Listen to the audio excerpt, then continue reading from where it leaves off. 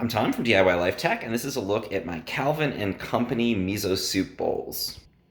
So these are melamine bowls, just like you would get in a Japanese restaurant that you can use to serve miso soup or any ramen or any other kind of hot soup.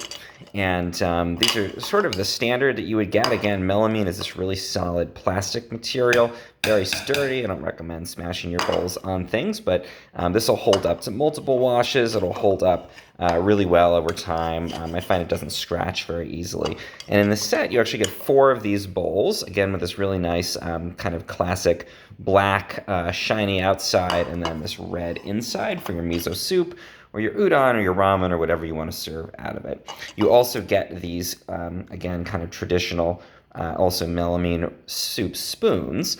And this is great to be able to have your soup out of this in more of a traditional way. So if you want to make Japanese cuisine at home and serve these kinds of soups, this is really a great option and really will duplicate the quality and the look and feel of the product that you would use in a actual restaurant.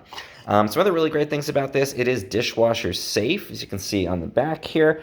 Because it's melamine, it is BPA free as well.